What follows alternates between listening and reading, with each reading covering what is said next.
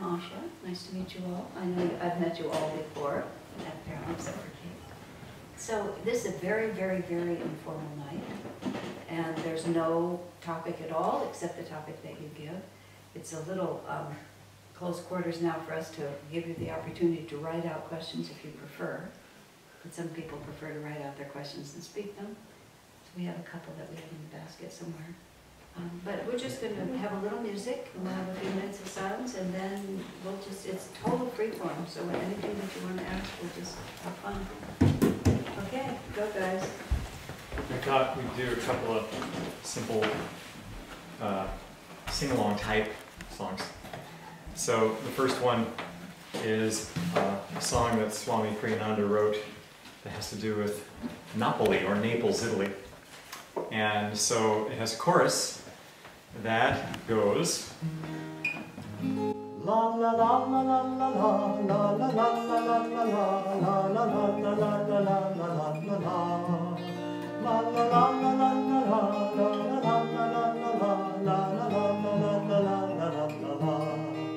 Think you can do that? You can join it. Yeah, okay. So let's just start. When you come from Napoli, la la la la la la la, life is long and joy is free, la la la la. La la la la la la la la la la la la la la la la la la. La la la la la la la la la la la la. Can't you hear this music say la la la la la la? Chance your troubles all away, la la la la. La la la la la la la la la la la la la la la la. La la la la la la la la la la la. When you come to Napoli, la la la la la la, sing this happy song with me, la la la la. La la la la la la la la la la la la la la la. La la la la la la la la la la la la la la. Just this half. La la la la la la la la la la la la la la la la la la. La la la la la la la la la la la la. Okay, that's it. And then this song is called I Will Always Think of Thee. And the chorus is, Dear God, my God, I am thine for eternity. Dear God, my God, I am thine eternally. And you'll hear that lots of times. So just feel free to sing along if and when you feel to, anytime you hear that chorus. Okay.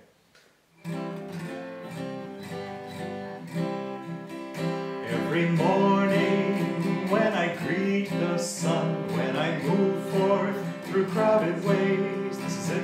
In my heart, Lord, ever so silent. It's another verse. I will always. I didn't tell you that. In my back up again. So, in my heart, Lord, ever so silently, I will always think of Thee. That's the easy one. The other one is the other chorus. That's not as frequent. That's harder to remember. So this is easier. In my heart, Lord, ever so silently, I will always think of Thee. Isn't that nice? Much easier. Okay, let's try that from the top again. Every morning when I greet the sun, when I move forth through crowded ways, in my heart, Lord, ever so silently, I will always think of Thee. In my heart, Lord, ever so silently, I will always think of Thee. When I'm laughing and when I cry with pain, when my best friends misunderstand, in my heart, Lord, ever so silently, I will always think of Thee. In my heart, Lord, ever so silently, I will always think of Thee. Now for extra bonus points. Dear God, my God, I am thine for eternity.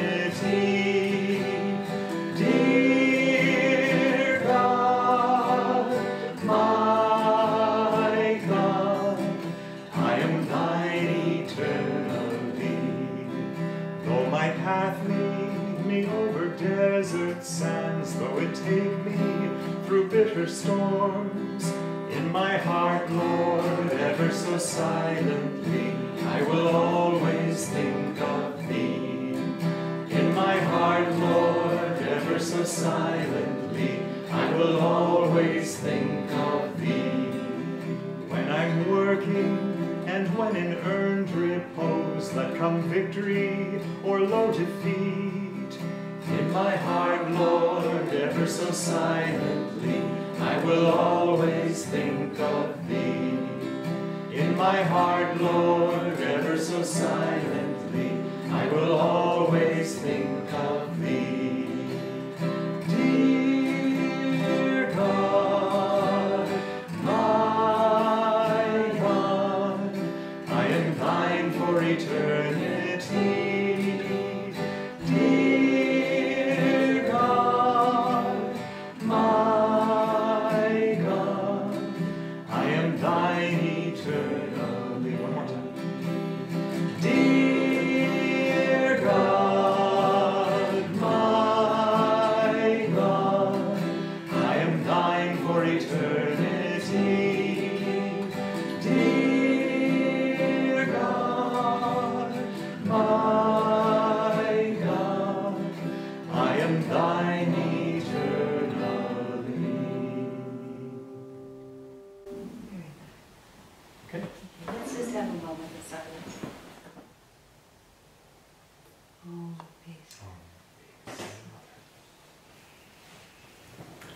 I think all of you know, but just in case, this is Swami Kriyananda, and he's an American disciple of Yogananda. Yogananda is the founding guru of all that we do. He's the author of Autobiography of a Yogi. We have that book here somewhere. Kriyananda was his direct disciple. Kriyananda lived to the age of 86 and just passed away 2 years ago. Yogananda lived in was born in 1893. He died in 1952, and spent most of his adult life in America, and that's where Kriyananda knew him. And all of us from America were all trained and learned from Swami Kriyananda, and he's the founder of the community Ananda that we're all part of. So, with that tiny bit of an introduction. And so we have, as I said earlier, we have no format tonight. It's entirely your questions. So if you don't ask any, it's going to be a long, quiet night. So, does anyone have something to start with? I have a few here in the basket in case I need them. Any thoughts? Did anybody come armed with any questions, or you just... How did Swami meet Yogananda? He read Autobiography of a Yogi. You know. He read Autobiography of a Yogi. It's such a sweet story.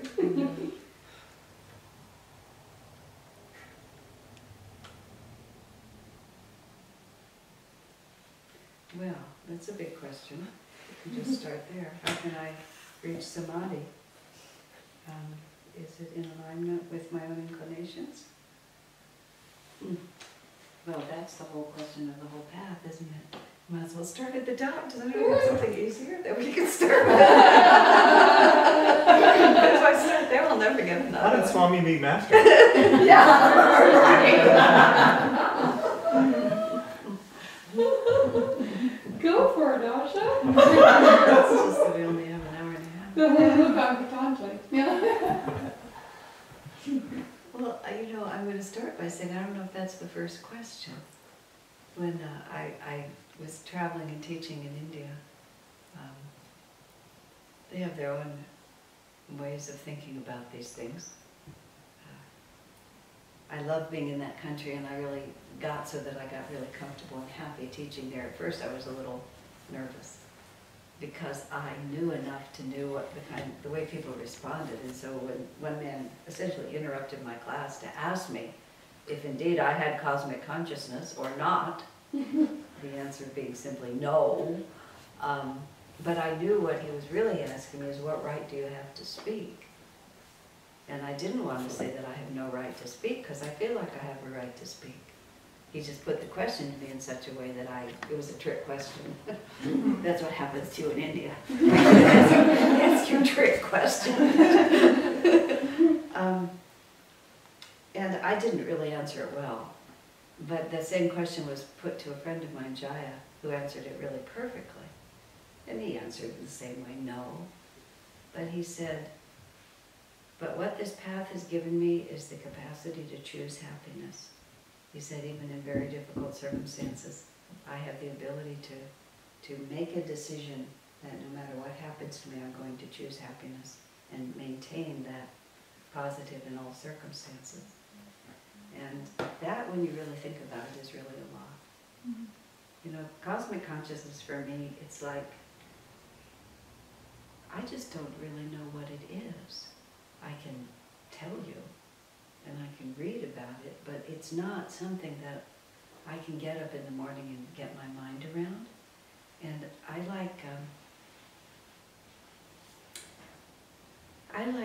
I'm very, very practical. I like to think about things in a deep way, but even when I think about them in a very practical way. That was actually the problem that I have with people in India. They like to think about things in such a theoretical way. At the end of the conversation, not only do I not know what we're talking about, but I don't really care. And for those of you in India who end up watching this, you know that I love being there and I love the people there. But really, it's like, at the end of it, what difference does it make? Because for me, what matters is really just every single day. I mean, we all are fighting the same battle every day. You know, what am I supposed to do today that is really going to be useful to myself and to others? How can I do it? How can I enjoy doing it? Is what it really comes down to. I mean, that sounds a little simplistic, but how can I find joy in doing it? And Yogananda says, Master says really simply, when I speak of Yogananda, I say Master. When I speak of Kriyananda, I say Swamiji. Master says, fight the battle for joy right where you're standing. And if you can win that, then basically, he also said, if you can have joy in the moment, in all moments, then you also have God consciousness, because that's what it is. So, we can refine that question in a minute if you like. Were you going to say something on it, or were you just responding? It's like, if you say that, where do you think we should start from? Like, that's the main problem, I think. Where do you start from to be happy? Uh-huh. So when something happens, we react to something. Right, exactly. So how do you think we can come back to happiness? Because that's the main thing I face. Because when somebody says something to me, I react to it, Right. then I'll be like, oh, I shouldn't have done that in the first place. Right. So, Well, you know, the whole challenge of life is to remain centered in the ups and downs of it. I mean, you just stated as the given.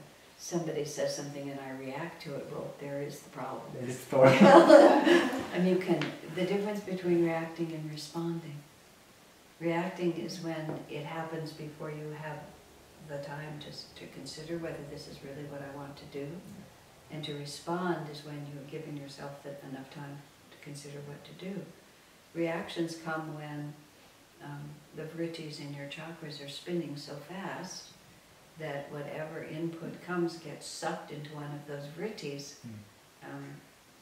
and those vrittis are functioning at a level below the ability to hold that input into the light of spirit. So, where was I? It was yesterday when the question was raised that I asked Swamiji. I won't go into the whole details because some of you were there already, but actually most of you weren't, so maybe I will go into the details. But the question had to do with, in a life or death situation, that I had contemplated this life or death situation a lot, and I finally asked Swamiji, which is the right choice? Should I make the brave, noble, suicidal gesture, or should I save myself? What's the right thing? And he said, in a moment of crisis, you naturally want to be able to, instinctively and immediately understand what is the highest path for you to take. But he said the only way you'll know that in a moment of crisis is if you've practiced when it was easier. And so that's always been a mantra of mine, which is to practice when it's easier. And what that also means is there's no such thing as an insignificant event. Because every event is a time when you are developing the vrittis in the chakras, because every single action that you make is registered in your chakras on the vibratory level on which it takes place. So if one habitually thinks that I can be rude to my children, inconsiderate of my wife, angry at the drivers, and fed up with my boss, but then still when I sit to meditate, it's just going to be om guru, it won't happen that way.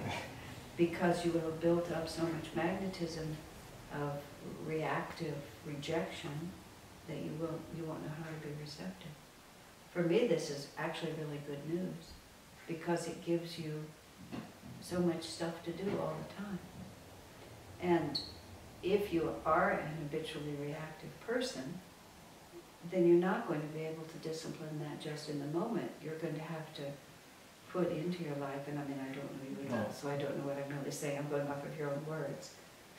You need to adopt some regular practice during your day in which you simply practice being centered, whether that's walking meditation or sitting meditation or breathing exercises or whatever it might be, but just where you actually get some direct experience of what it feels like to be centered, and where you start, banking some energy in being centered, so that when the temptation to react comes, there's at least some contrary pull to it. Otherwise, it's just an endless seesaw. Yeah. Just going back to what you said first with people worded yesterday, I just feel like the way you worded, talked about suicide, you did put in a little bit of reason what you were deciding to do, which may have caused you to cause suicide. It wasn't like you were thinking suicide. No. You were talking about being in a lineup of concentration camp, and someone's getting beaten up beside you, and you decide to interfere, which may end up you losing your life. Right. Rather than just a straight suicide. It was a heroic gesture of tossing my life away. Suicidal heroism, where you know that you're not going to succeed, but you're going to lose your life. And that was how the dilemma was.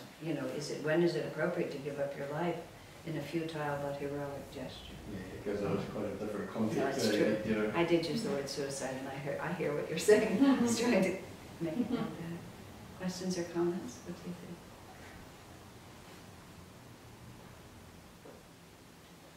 think? Yes, ma'am. I suppose the biggest reason why I came this weekend and etc. to learn more about meditation and what how it can help me, etc. And then sort of over the last 10, 11 years, I've sort of only just been introduced to self-awareness and it's pretty much just rugby racing and beer sort of type mentality before then, and then introduced to my thoughts and the subconscious mind and becoming aware of how past thoughts and perceptions and feelings are affecting you even today, and how to let go of those and change them and stuff to help you make your life easier today, so you don't react in those situations, because a lot of it's subconscious from what I experienced so far. And then I learned to trust my intuition, learned about intuition and gut feeling and sort of stuff, and then sort of 6 or 7 years ago, through healing myself through these techniques and becoming aware and letting go of old stuff, and it started to help me heal my body. It was like, well, what's all going on here? No one told me about this, and so that was pretty cool, pretty exciting. And then you think, well, there's so many people out there that are really struggling with their health, and I then say, well, do you want to try some of this? But over a bar of it. So then that's my first challenge. Well, you're just trying to be a good person, and it feels like you're just about, it's like you want to shoot them or something. That's the reaction you get from just offering people, would you like to try some of these techniques or these other methods I've used to help myself? And it's like, well, like this, so that's fine.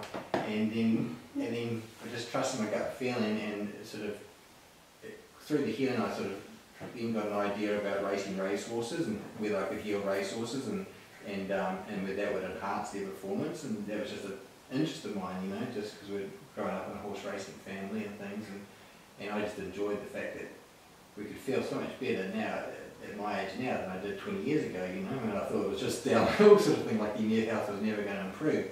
And so trust my gut feeling, lose my job about 2 years ago, and obviously, and they said I wasn't doing well enough, and in my mind I was trying my hardest, but it wasn't good enough for them, and nothing's really changed since I left, but that's fine, And then since then I've just really struggled to go, I'm still working towards the horse project, but then there's just so many doubts even within myself, and then people around you just like, oh, what's that going on? And I think, well, it's not really is it just an egotistical trip, or is it just why am I worried about horses racing? Because then there's people starving in the world, and there's people suffering depression and all these other things. And then, but every day there's I still go out there to feed the horses, and I still do stuff and learn stuff. And I haven't worked for 2 years, and my finances have just gone like this. My mortgage is right up at the thing. I have stopped paying, or haven't been able to pay for my mortgage, and yet security-wise, everything like that, I've got plenty of equity. But the bank's going, we're going to sell you up and everything, and I'm like, why aren't I panicking? Why? And I'm just trusting my intuition, and am I trusting it too much and not being practical enough? And it's like, but I've learned so much from pulling myself into this hole. You know what I mean? Yeah. It's like, how could meditation help with that, or is that? You're right up against it, and it's a really hard judgment call at this point. There's no abstract principle to answer the question. It's really a question of your own destiny and your own. And I'm not a fortune teller, so it'd be hard for me to answer. But so let me answer it some in principle. Intuition is a really powerful and a really important force, and it's also possible to be wrong. One of the most important principles in learning to follow your guidance is humility. Because it's just not. We have many strong feelings from inside us, but we have many levels inside of us. So you can feel very strongly about something. It can either be a subconscious impression, just a rational impression, or a superconscious impression. Superconscious impressions really have the stamp of truth in them. And when you have a real superconscious intuition, you have a duty to yourself to follow it. And over time, and I have to say this is something that takes a while, I mean, speaking from myself, I've had a handful of real superconscious intuitions in my life. Not really more than that I just absolutely knew that this was true and this would work. And on one particular occasion on a few occasions, but on one particular occasion I had to just stand up against a whole lot of opposition from a whole lot of people, but I didn't even see the opposition because I just knew it was going to work. And it did, I was right. Now I've had lots of other intuitions that were semi-superconscious is what I would call them, that I just kind of flow with it and it does work out. And then I've been fooled a lot of times. So all of them all play out, because if a subconscious intuition, and you said you work some with the subconscious, but here, let me say how I mean subconscious. Subconscious is in the vocabulary of self-realization, because it's an English word that has other meanings. But in the vocabulary of self-realization, subconscious is everything that you've already done, including all your past lives. It's everything that's brought you right to this point, and it's all stored there in that part of yourself. So you can have subconscious intuitions that really feel right, that really, really resonate with you, because it's such a familiar territory. It feels really great because it's everything that you've always done until now. Now that doesn't mean that's a wrong thing to follow. And lots of times it's a really good thing to just go with where the energy is and flow with it. But a subconscious intuition may still be the right thing for you because it resonates with you, but it's not a guarantee like the superconscious intuition. No, I suppose that's what I'm asking the question, to understand how I could use the. But the only way that you can gradually begin to tell the difference is by experience. And there's just no other.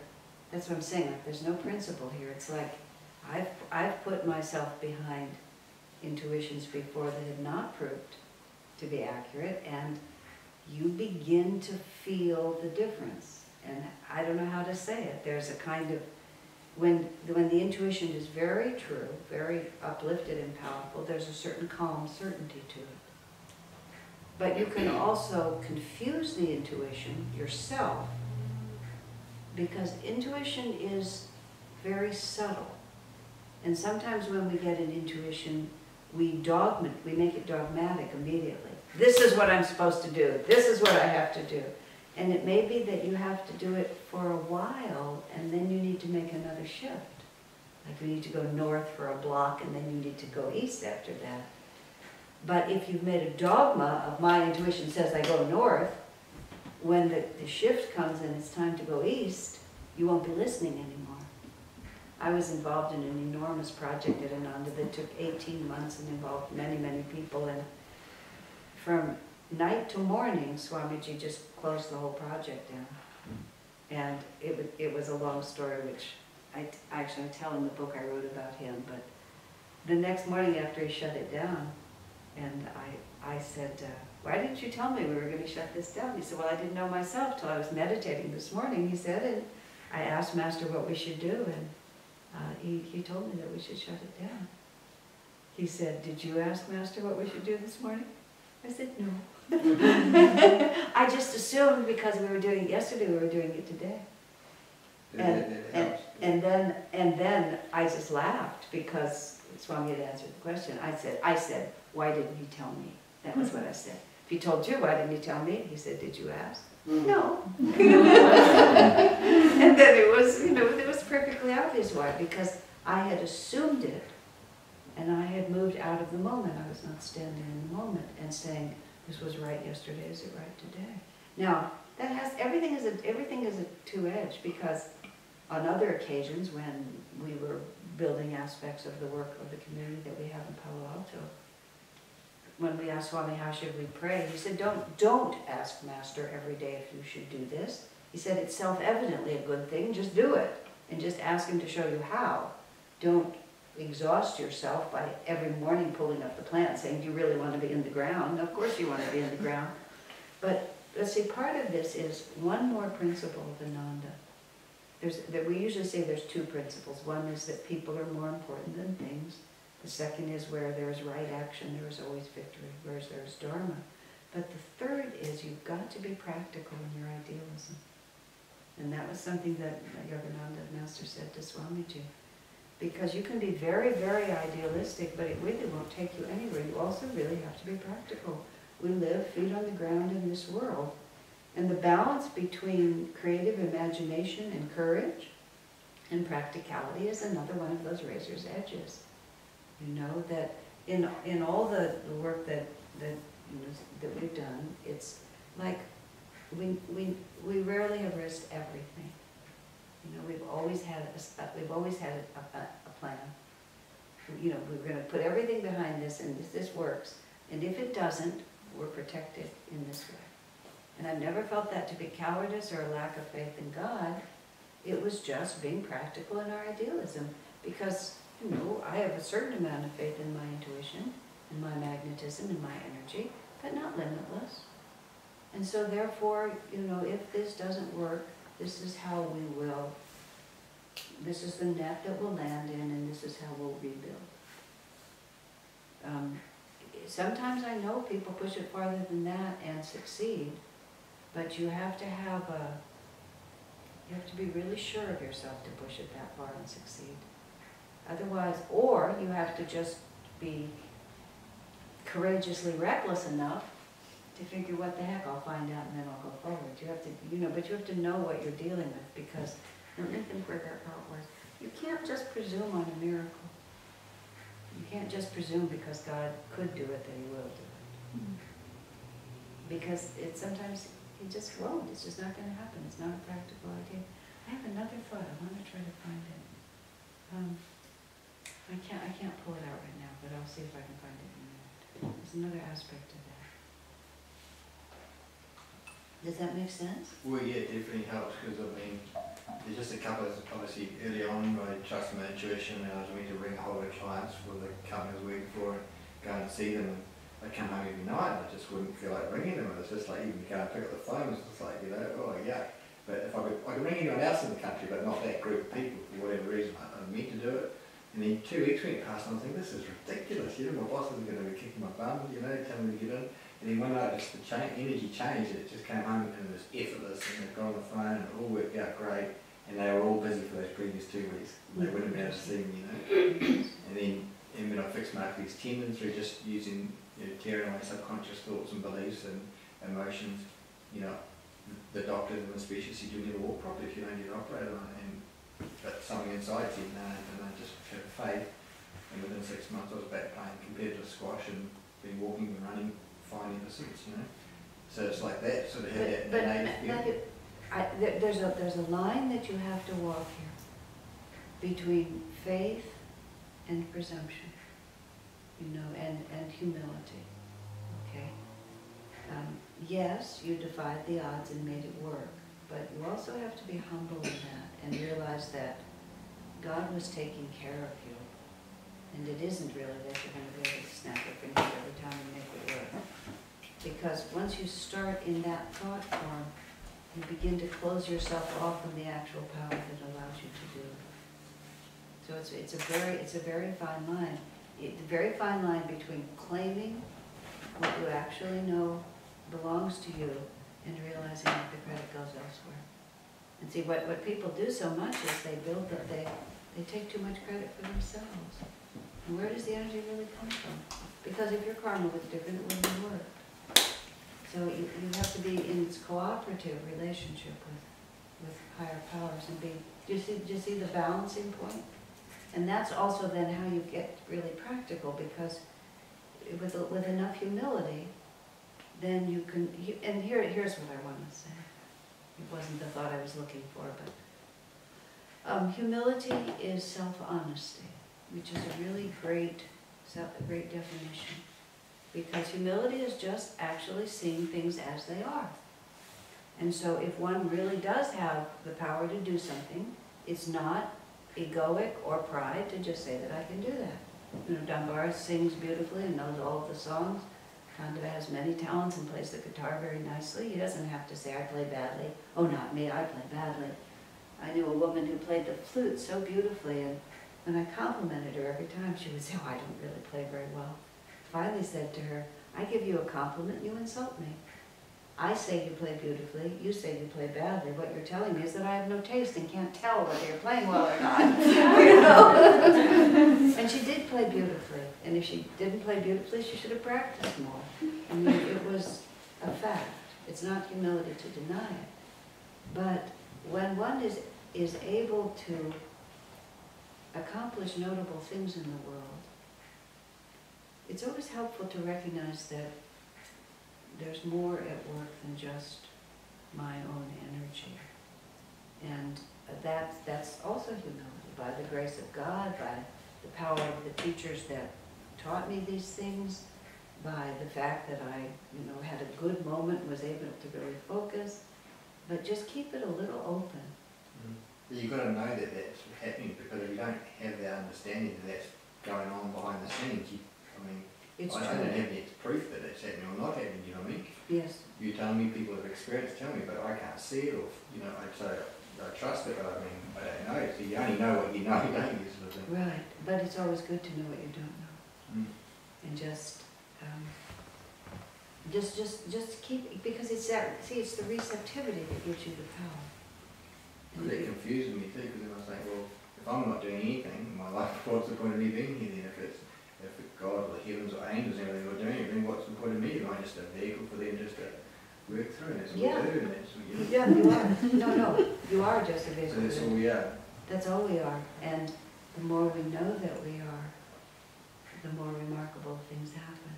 Swami Kriyananda was the most prolifically creative person in more fields than I've ever seen. I mean, there hasn't been a man like him, for generations, and there won't be another for generations. It's really just remarkable. He would sometimes give us a long list of the things that he did, the 6 books he wrote over the last 6 months, and the 5 pieces of music, and all of these other things that he did. In this very childlike spirit, he would write it all down. They would ask his secretary, did I forget anything? And people would just think he was boasting. People who didn't know him thought he was just, it was really funny. But what he was saying something completely different. He was saying, you put your attention to the spiritual eye, you call in the masters, you attune yourself, and anything can flow through you. And so he was always trying to tell us how he did it. Not merely that he did it, but how did he do it? He attuned himself with the river of energy. And when you tune yourself to that river, then the energy goes through it. And we do it by accident a lot of the time, but the more consciously we do it, the more powerfully we do it. You know, and wherever you think that energy is coming from, it flows through us. You know, and then you have it at your command. Otherwise, it's a lucky accident. You know, you hit lucky for a moment and you make it work. But if you really understand what the source of these powers are, then you can have it all the time. I mean, I don't have it at my command, but I do better than I used to. But Swami had it at his command. I was struggling to write once, and he just said, he wrote 150 books. Not a little more long, but still, that's a lot of books.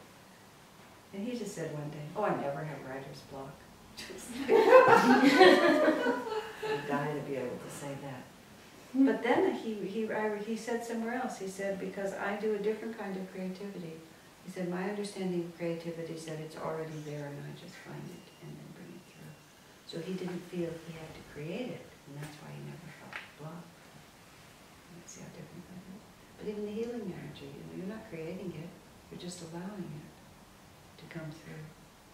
So Keep it up. Well, yeah, you just lose track because you don't understand how it all But you works. can understand how it all works. That's what I'm trying to say. It's very clear how it all works. But It usually might be it's for you, but for me, which didn't believe in God for a while, since No. I was a young kid, I was thinking, well, what was going on in my family? I was thinking, you can't be a God because he's obviously quite nasty if this is what's going on. So then, stop myself believing, sort of thing, and then not being aware of angels or guides and stuff. I opened up to the last 10 years or 11 years, but still, just because you've opened up to it and you're aware of it, you learn it doesn't mean you all I'm saying believe is or understand it or see it. Or, it can be learned. And that's the project, is to devote yourself to trying to learn it. I mean, there's many different schools. You don't have to do it our way. But there's many different schools that teach you to relate to a greater reality. And I encourage you, if you have a talent in this way, to cultivate it. I mean, people are always talking to me about that they're supposed to be healers.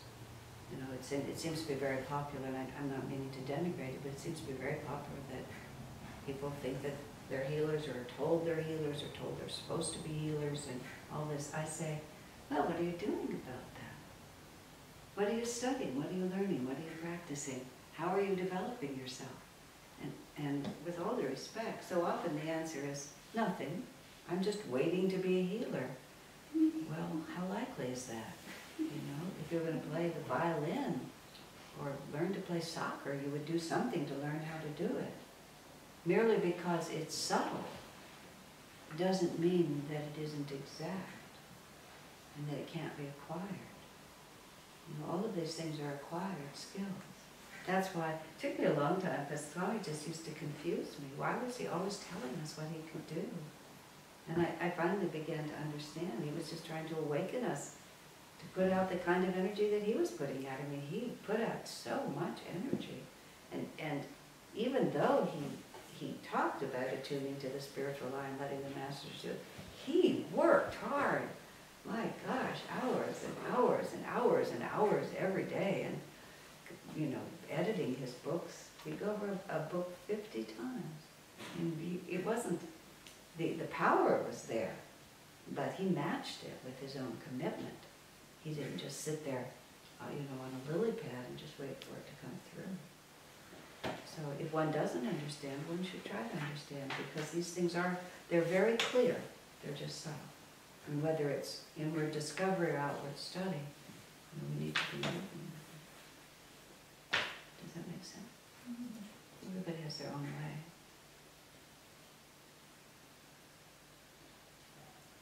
I have a question. How do I find the purpose of my life? How do you find the purpose of your life? Yes, because Mm-hmm. I realize that everybody, you know, if they do anything for a living or whatever, at the end there will be some purpose, you know, of your life. So how do I find that? I'm going to answer that question a little differently than a lot of people do, so I always have to sort of apologize, you know. Everybody has the same purpose in life, And that purpose in life is really a simple one. It's to become a good person. And not a good person in a societal sense. You know, like I've paid my taxes, I've raised my children, I keep a nice house. But a good person in a divine sense, which is to cultivate on a continuous basis an ever greater refinement of one's own nature. And that means generosity of heart, selflessness, clarity of motive, purification of your own motive, raising your energy, learning to respond to life with creativity. I mean, those are, you know, obvious words. I would say the real purpose of life is to realize God. But if that is not a clear concept for you, because Matthew was reminding me that what's clear to me is not necessarily clear to everyone, and what you do after that is really of very little importance. Now, there's a popular idea that somehow we all have these really unique destinies. It's sort of a hard thing to say, and I have to put it, I'll put it this way, because I had to work this through for myself. The biggest fear we all have is that we're just going to be ordinary. And I grew up in an area where the basic level of people's consciousness was pretty low, and their intelligence and their education was not very high. So I thought I was really, really tall because everybody around me was pretty short. And it was very confusing for me. Because I could tell I wasn't that tall, but I thought I was that tall. I got the impression that I was, if that makes sense. So I just kept thinking that I was something more than I was. And I finally realized if I could just accept that I was just an ordinary person just doing my best, that was a much better starting point than this anxiety to find out how special I was. Because once I was just an ordinary person doing my best, anything more than that was really satisfying. You know, it was, I had accomplished something. And I've seen a lot of people ignore the obvious opportunity to expand their consciousness and really serve the world because they're waiting to find out what they're supposed to do. When what they're supposed to do is really right in front of them, but it's not all that interesting or exciting. It's right in this moment to be conscious enough to really give of myself to the man in the grocery store, to the child that I've given birth to my father, to my mother. It's like life is this minute by minute experience of whether or not we're engaged, whether we're putting out energy, whether we're opening our hearts, or whether we're just sleepwalking through life. I mean, it's 90%, it's just about energy. When people worry too much about what I'm supposed to be doing, they do very little of what is in front of them to do. And the other side of it is, someone wrote to Swamiji once and asked, just basically that question, what am I supposed to be doing? Nothing much interests me. That was how the question was. He said, well, nothing will interest you until you put out some energy. Mm-hmm. Until you begin to give to situations. Then something will start happening. As long as you're waiting for the situations to awaken your desire to give, it's sort of like, why would they? You know, they're not just, life is just not going to court you, you're just not that important. You know, but if you meet every situation with great enthusiasm, Swami, again, he was just our example all the time. He was so enthusiastic about absolutely everything. You just walk into his house at any time, and he would just greet you like he hadn't seen you in years. You know, it was just like every moment was fresh, And every moment was 100% of what could possibly be given to that moment. Even if it was just to actually, hello, nice to see you, so glad you're here. And really match that energy. And then things begin to reveal themselves. And the other side of it, which is, yes, every atom is unique in all of creation. Yes, we have a unique trajectory of our own karma. Yes, no one will ever pass this way again who's exactly like us. All of that is true. But the other side of it, this happened with Swami again. This woman was there, and she was in this really awful relationship, but she was sort of superstitious about breaking it off. And so she came to Swami to ask him, as if he was a fortune teller, is so-and-so the one? I actually did, for a very brief period of time, I put myself out as an intuitive counselor of some sort, which I am, but it was the wrong setting. That was at East West Bookshop, our bookshop. I signed up to be a counselor like this, but God really did not want me to do that. First person comes to me and says, is Richard the one? I said, and I knew exactly what she meant, but I said, Richard who? The one what? And then I said, why were you asking me? I don't know you or Richard. And then I offered her money back. We went on from there, but in this situation, this woman was sort of in that, I don't have a mind of my own, somebody has to tell me. And the fact was, it was a terrible relationship. So Swami moved her forward and helped her to understand that it was okay. But after she left, he talked to me. He often had me sort of watch. He was training me in a lot of ways, so I sat in a lot of things I didn't really belong in. And he said to me, it takes, and because she had pointed to this particular couple in our community and said, that's the kind of relationship I want. Swami said to me, it takes many, many, many lifetimes of very good karma to have a marriage like that. He said a marriage like that comes only once in a while. And then he said about her, he said, she has so many karmic lessons to learn. She could learn them with any number of people. In other words, the karma has not become so precise. If you become very, very advanced, then there's just a little tiny bit left that you follow. But most of us, it's just kind of I don't know what we would say, a turkey shoot of some sort. It's just like we can be working on this, we can be working on that, we can be working on this. And so it's the same way about our purpose. Our purpose is really to develop ourselves. And so we just need to start developing ourselves. And it's easier to develop yourself in a way that you do feel some magnetism for. If you're inclined toward it, if you have a karmic inclination, and this is where you see subconscious guidance can also be helpful.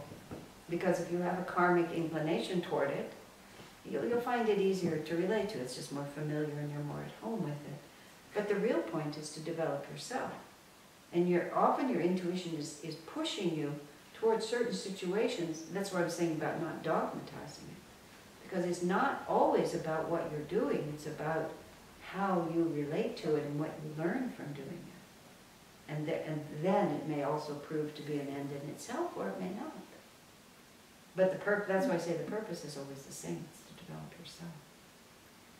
And if one doesn't feel that one is doing that, then it's most important to just start doing that. And worry about the details less, just what is there in front of me that I can give more and better energy to.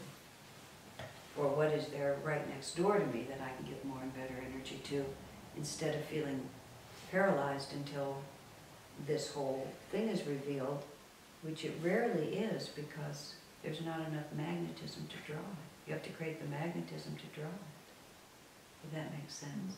And then you have to work through a few of your basic lessons so that you can get on to the next level. And then every once in a while, you end up having a really terrific talent and you really get to do something. And those are fun. Those are fun incarnations. Imagine what a world it would be if everybody was really trying to do their best. And really trying. We have a very different planet. And this planet at different times is a better one than it is now, where people are actually really trying to love and serve instead of just get.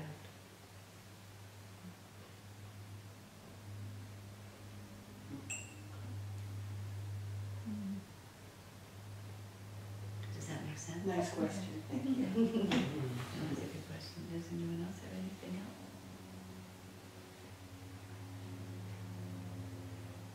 Yes, Matthew. Well, that was a good question, because that's what I was like to know about as well, because just like what I was asking is that, is the horses what purpose or whether, those sort of things, you're trying to figure it out rather, and what you said, is it a super conscious sort of feeling, or is it just a subconscious reaction that you're learning, which is great, because I believe a lot of what you said helped me make sense of what I'm going through, because it's made me aware of patterns that I would not become aware of if I hadn't gone there, because they're so hidden to me, and they're so sabotaging patterns.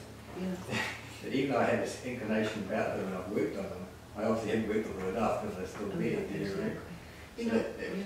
But they just going to the purpose question. And then I don't know if you read about Osho online. He's a spiritual god. This is what I say. I'm highly educated in a very specific field. I'm not broadly There's educated. an Indian guy online, and he was a spiritual leader in America, and back in India. He's got a website. He's passed away too, but. Then you read some of his stories and stuff, and then he goes, oh, there's no such thing, there's no purpose in life. And then you go, then you really... But see, I don't, Yeah. that's why I only study one path. You can find somebody who will say everything. And when you don't know where you belong, you have to shop, of course. You have to go here and go there and see how this one looks and see how that one looks. But if you do too much of that, you just end up, everybody contradicts everybody, and you just don't know really what to do after that. You have what they call spiritual indigestion. And so either some are speaking the truth and some are just talking through their hats, because not everybody who can put up a website, I hate to be the ones to tell you, but not everything on the internet is true, and some folks are wiser than others. And merely because they're real popular and a lot of people think they're wise, doesn't make them wise. So you have to use your discrimination, and it's better to, as soon as you have an inclination of what's going to work for you, it's better to go deep in one place. But you can't do that prematurely, because that's not going to be helpful to you either. And you have to use your common sense. It's just some things are better than others. It's just the way it is. Yeah, no, I was on that subject of purpose, and then That's why. and I thought, well, no purpose, and I thought, better explore that. So you look at both People, that's why I started out with an apology. The word purpose is a really big story right now, and people, many people who make a lot more money than I do and have hundreds more people following them, give you a totally different answer. But I'm here, so I'm answering it my way.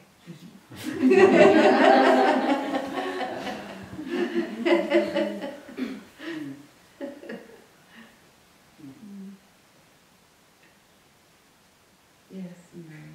So I was just listening to one of your talks today, February the 22nd, 2013 in Delhi, on death, dying, karma, reincarnation. And you talked about the physical body and then the spiritual body, or the astral body. So when you say astral body, does that have a form, or is it an astral entity? I mean, I know it's not a body as in, it's like this with 5, 1, 2, Well, no, actually it does, as I understand it. Okay. Is that the question? Yeah, kind of, yeah. Is there more to it? Well, yeah, no, that's actually, because the word body to me meant something you were within, Right. like our spirit now is within this body. Right.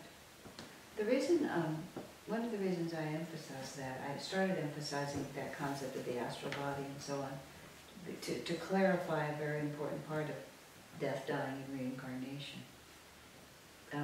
The individual spirit, which is what makes all of us look so different, from one another is because we really are, we do have a spark of divinity that we are, our particular bubble of the ocean is a defined, perceptible bubble. The Marie bubble is different than the Atmajoti bubble, than the Matthew bubble. If we're all together in the ocean, we're all going to look like the ocean. But you could still go into it and see every one of our individual bubbles. And that individual bubble, you can call it the soul. And you undoubtedly heard me use the word jiva, J-I-V-A, which means the individual spark of spirit that's in you. Now, the jiva is divinity. We are divinity. But we also have this very strong impression that we're limited, don't we? It's this very strange thing, isn't it? And that's because the individual spark of spirit begins to identify with a limited form. And that limited form is our body. But that body is more than, that body exists on 3 levels of reality. Because if you just say the soul is identified with the body, you think that when this body dies, we should be freed and be able to merge back into the ocean. And that's what people get in their mind. It actually causes people sometimes to take their own lives because I want to go back to God. And so they think if they can just get rid of this body, then somehow they'll be free to go back to God. But the body exists on 3 levels. It exists on the causal level, which is the level of thought. It exists on the astral level, which is the level of energy, and then it exists on the physical level. As Yogananda talked about it, it's like the seawater is encased in 3 bottles, and the water is in the 3rd bottle, but there's 2 other bottles around it. And you can crack even 2 of them, and there's still something keeping you from merging in the ocean. It's the thought that you're separate, the vibration that you're separate, or the physical form that you're separate. Now, apparently, all of those bodies look a lot like this one. And the original form of the body comes from, this is, I'm beyond my own experience, but this is how Yogananda says it. The spiritual eye, the 5-pointed star that you sometimes see when you meditate, is the model of the body. 1, 2, 3, 4, 5, like this. And it's very interesting, in the Catholic Church, they have the dove. And the dove is actually the same 5 points. It's the head of the dove, the 2 wings, and then the tail of the dove. And the reason the physical body looks like this, and according to the masters, on all planets everywhere, it will basically be the same thing. And so we have it as our gross physical body, and in the astral world, your bodies look a lot the same, just more subtle and more mutable because they're made out of light. I don't know what it would look like on the causal plane, but it's still basically the same thing. So yeah, it is just exactly what you're saying. It's a body. I've heard descriptions, you know, of just you're multicolored, you're fluid, you're very graceful, and even weirder. In the astral world, people make a body that is about in their mid-20s. That's in the autobiography, because Sri Yukteswar, Yogananda's guru, in the astral world, he made the body of an old man. But almost everyone, because you can choose it, you make a body in your mid-20s. Now, I guess that's just when everything is just at optimum, working optimum, and looks the best. So that's why you do it. But everybody is about that age. I just think it's all very strange. So yeah, we do exist on all those bodies simultaneously. And it's expansive, because then you can think of yourself as not so much this physical thing, but as the energy that's animating it. So for a reincarnation, you need that astral body, and you achieve it at the point of conception. Well, what it is that the causal and the astral body are contained, in a sense, within this body at this point. And so when this physical body goes away, the causal and the astral pull away from it again. Oh, okay, I You see what I mean? Yeah. And that's why the physical body is only alive as long as the astral and the causal body are here, as the thought and the energy of you is in this, then this is you. And as soon as that thought and energy is withdrawn from it, this just becomes just an inert object. And it neither looks like you nor seems like you. I mean, it's the oddest thing when someone dies. Exactly the same features are right there, but it no longer looks like the person. Because you didn't realize that what you were really looking at was the thought and the energy. Yeah. But because you look at it through this body, you think that the body is the person, but you see someone you love, their dead body, and it's so not them. It's just startlingly not them, and it becomes not them like that. You know, just that last breath, and then it's them, and then it's not them. It's so dramatic. And yet when you reincarnate, you could look totally different. I mean, like William the Conqueror. well, you would have to look different because you are different. Because the whole experience of that incarnation has made you into something else. But apparently you do funny things. There was a very advanced disciple of Yogananda's, a woman named Tara Mata. Yogananda said to her, "You were a very famous artist in the past. I saw some of your paintings at the Louvre in Paris." And Swami, for various reasons, determined that she was the artist Wat Ho. I don't know anything about it, but he said, interestingly, Tara Mata, Swami knew her at the end of her life, but he saw pictures of her when she was young. She was a very, very beautiful woman, and she looked like the women that man had painted. And the pictures that he painted were not portraits. They were his idealized picture of feminine beauty. And so she just made herself into one of those. Wow. But you could see how you would. Imagine you spent your whole life trying to make this perfect picture of the feminine. It would just be, that would be what you would do, could do, would do. That's one of my favorites. I love that.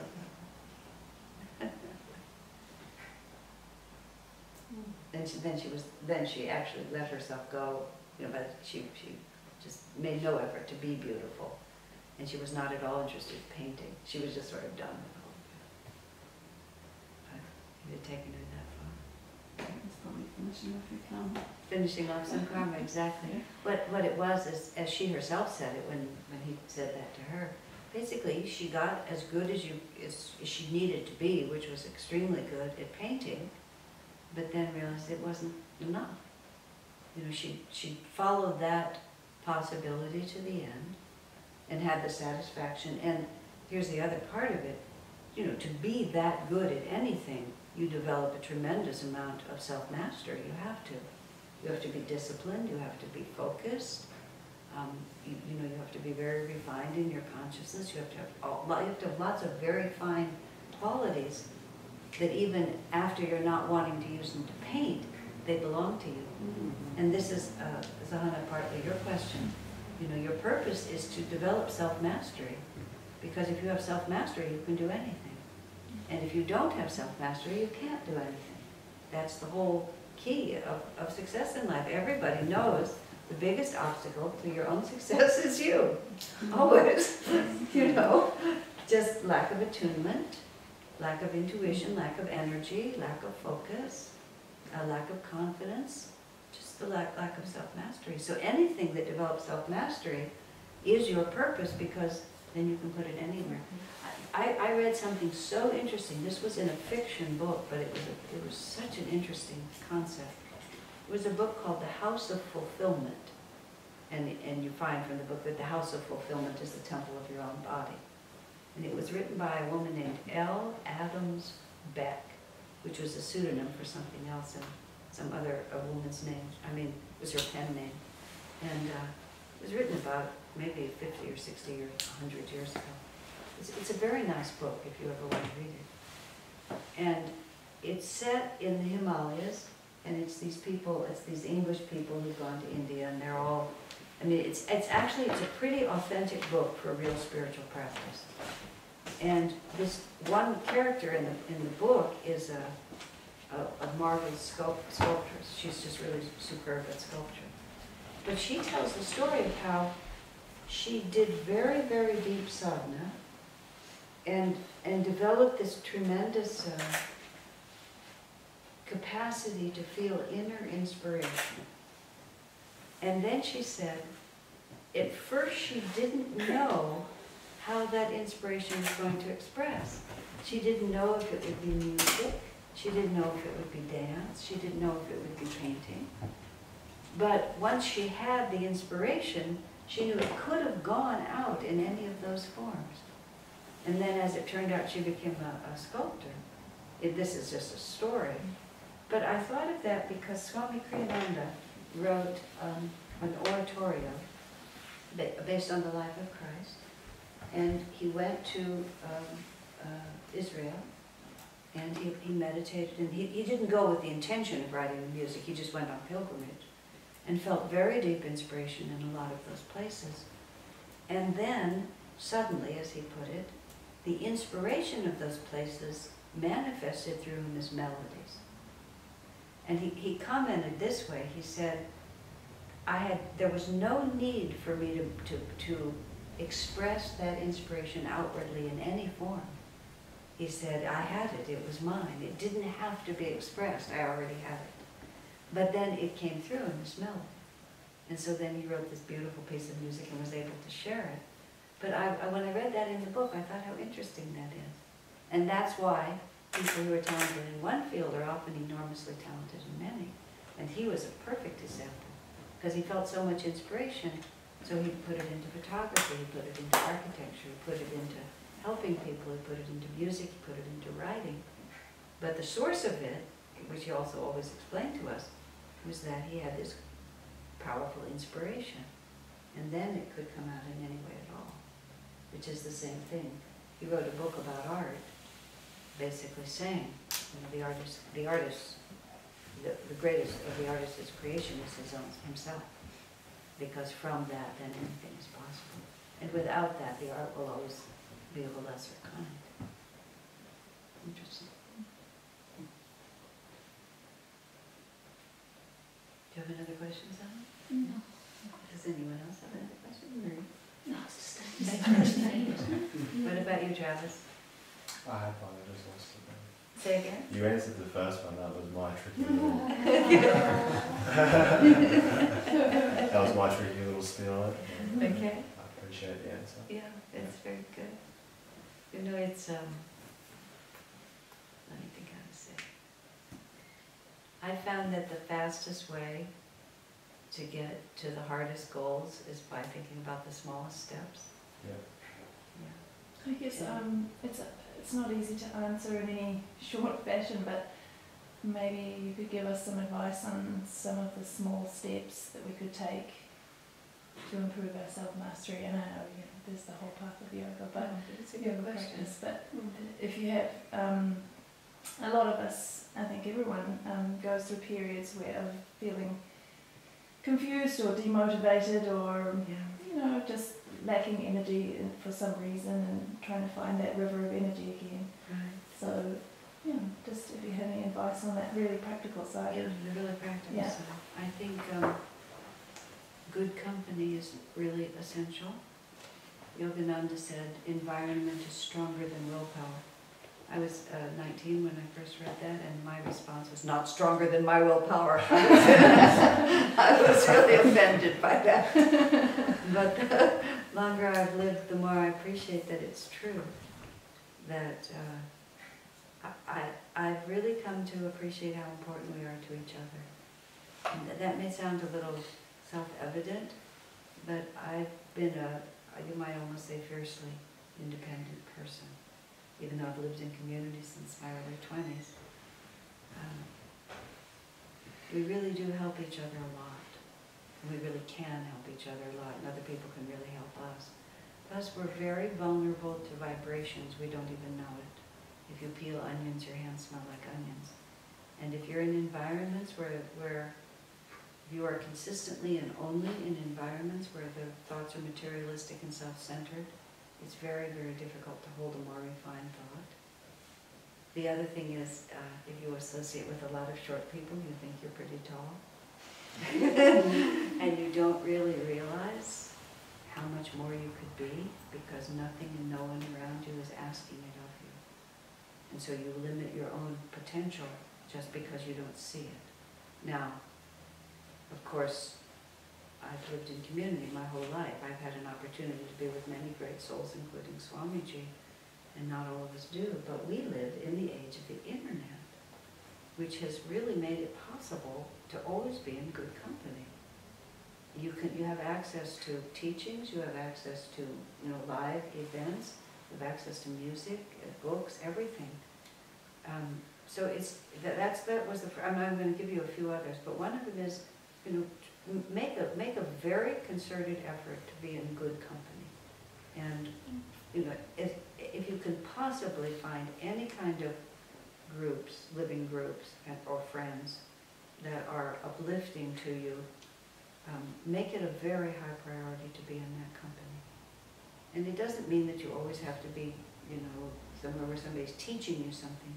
Even just to be, with a companion who shares your ideals can just make all the difference in the world.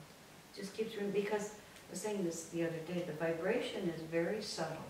The vibration of upliftment, it's a very subtle vibration, and when you get away from it, by its very nature, you forget that you don't know that you've gotten away from it. Mm-hmm. So you almost have to make it just a practice to make sure that you're always being reminded, because once you forget, it's very hard to remember, even that you want it again. The other simple practice is to realize that because this is a dual universe, every situation has a best and a worst in it. And in every circumstance in your life, you can always choose to do, there's always a spectrum of a low energy, lower energy, lowest energy, good energy, better energy, best energy. And if one makes a habit of always, even if you can't do your best, always try to push it a little above your worst. I mean, in every circumstance, just try to do it a little better. I mean, the smallest thing. This is an odd thing with me because I have lived in community for so long. Oftentimes I'm sharing kitchens, or we're sharing this household here. I've often watched that people will wash almost all the dishes. It always really puzzles me. And they'll just leave a couple of little things over here. Or they'll wash all the dishes, but they won't clean out the sink. Not anybody in the house that I'm sharing this house with. But it's like they'll put out a certain amount of energy, and then they'll stop just before the job is finished.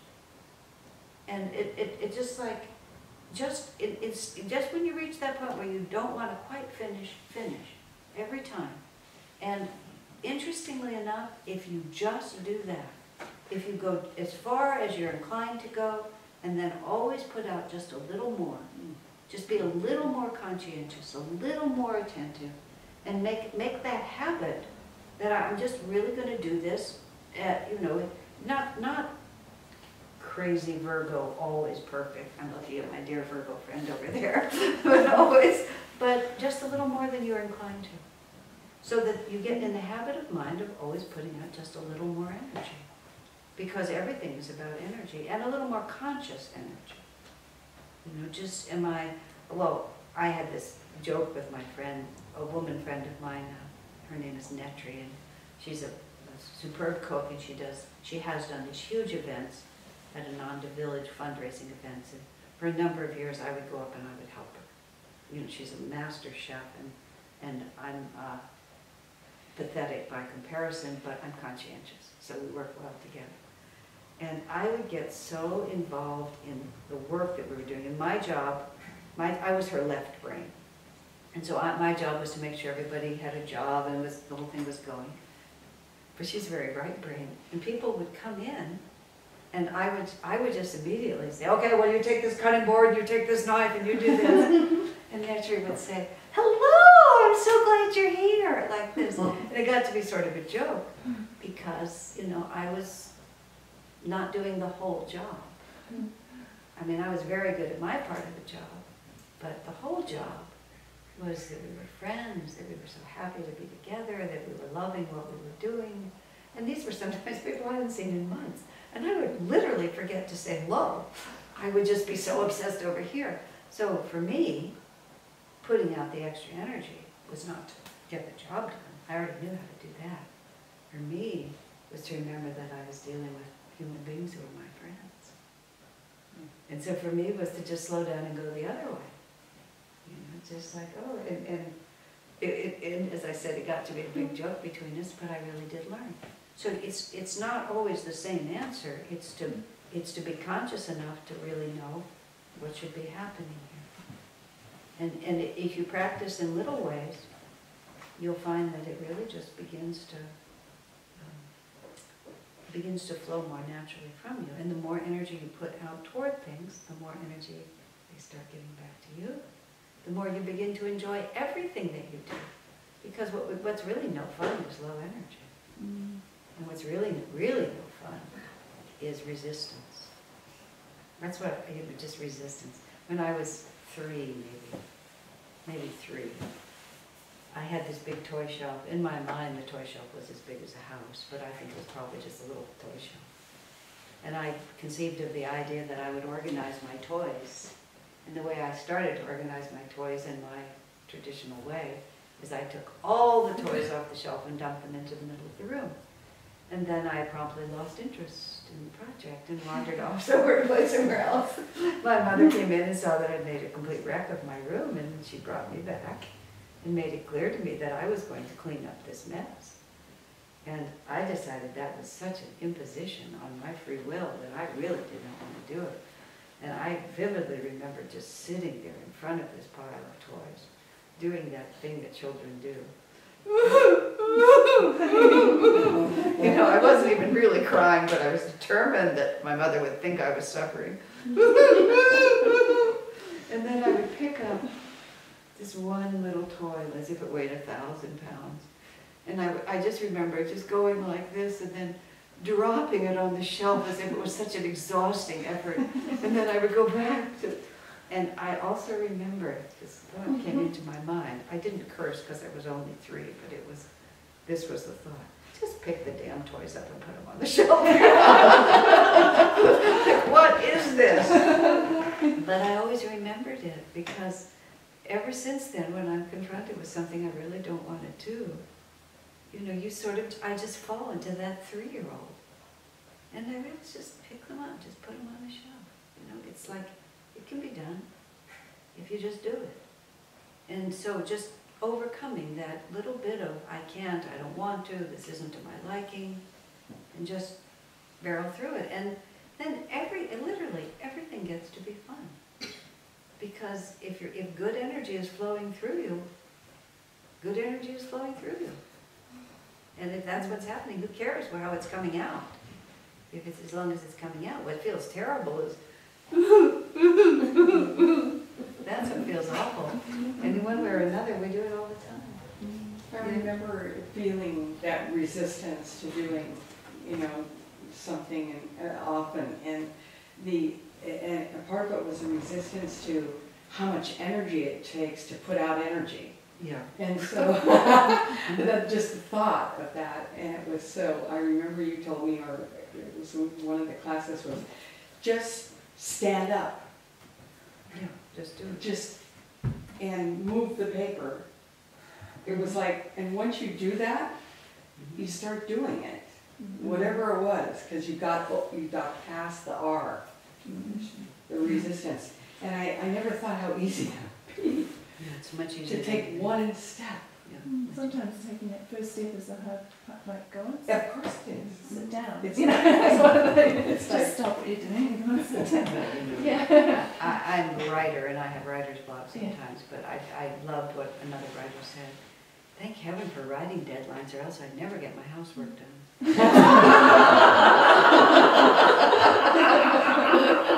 Right. Zebba's work does right. She's nodding her head. That's exactly right. You'll do everything else but. yeah. Then sometimes the energy's moving, and then you can turn over and make it happen. And often, also sometimes it's like get the energy moving. If you can't do the main event, get energy moving in a minor event, and then once you're in motion, Once you're in motion, it's easier to stay in motion. Sometimes you're frozen because you can't face that one, but you can face this one. And I've many times tricked myself, just get myself moving. And then once I get moving, I can shift it over. And you know, make a game of it, make your own. Swami Kriyananda was so marvelous at just making fun of everything. We would always make jokes about attitudes that we might be inclined to have more seriously. And then he would, I haven't mentioned this in a long time, but there was this woman who had such an exaggerated sense of romance. It was very wholesome for her. And once he sang to her, love is a many splendored thing. Love is a many splendored thing. He sang beautifully, but he's just saying it like you were so embarrassed to have ever liked that song. You were just mortified. But he was just taking it to the end. And so sometimes with yourself, just take it a little too far. Make a joke out of it. Speaking of getting the energy moving, like with the yoga and meditation, what I kind of get is that you do the energization and yoga and all that, and then you sit to meditate. Well, it depends. Sometimes if you do all that first, you'll be done before you ever get to meditation. So, yeah, so what I find is that if I sit and meditate, because by the time I get active and moving, Right. I'm going, I'm on a roll, and I just want to keep... Right. No, there is no right or rule. wrong way? No, you should meditate when you will. Mm-hmm. And some people need the energization exercises in the morning, for example, to be awake enough to meditate, and others, and you know, I do it both ways. Mm-hmm. But sometimes if I energize first, I'm too distracted. Mm-hmm. You know, by then I'm thinking about things, and I do better to slip into meditation early. Mm-hmm. So you should do whatever works. Okay. There's no rules about it. You need to be, you know, wide awake and ready, and whatever. For some people, they have to go out and exercise before they can meditate because they just wake up slow. Okay. Or they have to have that cup of coffee before they meditate. Others, if they have that cup of coffee, meditation is death. It's just like, whoa, there's no sitting still at that. Yeah. And sometimes there's just children running up and down the hallway, and so you have to that meditate beforehand anyway. There's no time. It has to be before everybody else gets going. Yeah. Exactly. So That's the difference between the art, that's the balance between what Swami was called the art and science. There's the science, which is the method, but once you learn the technique, you have to also be an artist in how you use it. Because everybody can learn the same painting techniques, but not everyone is an artist. And you have to be able to use both of them. This is how it's done, but this is how I apply it. Because this is who I am and this is what works for me. I mean, I wake up like that, so once I'm awake, it's like, okay, this is meditation. Yeah. I'm more like you. Yeah. If I let myself get too involved in my day is gone. Mm. You have to be pretty much right at the very beginning, or it's hard to get back to. Yeah. So like energization exercises necessary, not actually necessary. Oh, they're not necessary before meditation, they're necessary for life. Okay. So do them as part of a yoga, not part of No. meditation. Well, you can, many people pop right out of bed, energize and meditate, because the energization exercise wakes them up, gets them focused, and it goes right to meditation. Some people meditate first and then do the energization, because they're a marvelous transition from meditation into activity. So, and some people do them as soon as they come home from work, because again, it's a nice transition from work, or as a transition point in your day. But the energization and the meditation are really key exercises for the path of self-realization. Yoga postures are highly beneficial, and many people get tremendous benefit from them, and they really do calm your mind and do 1,000 things. If you're going to drop one of the three, it's number 3, but energization is more important than yoga postures, because energization changes your trains your will and your concentration, and attunes you to yourself as an energy field, and that's very important. Yeah. Yoga postures, I'm not denigrating them at all. They're a huge contributor. But energization does something different. Energization was Yogananda's unique contribution to spiritual life. It's really interesting. I mean, everything else he did is a new expression of ancient traditions, but energization he invented. Because it was just something that was appropriate for life. It takes 12 minutes. It's not a big deal once you get good at it. Is that what he called yogoda in his book? The yoga exercises, yes, that's what he meant by those. I'm pretty sure that's true. Yeah. He also had people do yoga postures, but he had people do yoga postures partly in America to demonstrate, you know, just something unusual and get people's attention, because it was in the 30s and 40s. It was not like it is now. It was something quite unusual. But he didn't teach them with the same dedication that he taught energization and meditation. It was actually Swami Kriyananda who brought it in more later. Because Master did teach them, but he thought they would just be good, and you know, it's a huge thing now. Oh, any other questions? We are reaching the end of our allotted hour. There's a story which I love to tell. Why I always stop at exactly the time I said I would, and I think I have just time to tell this story.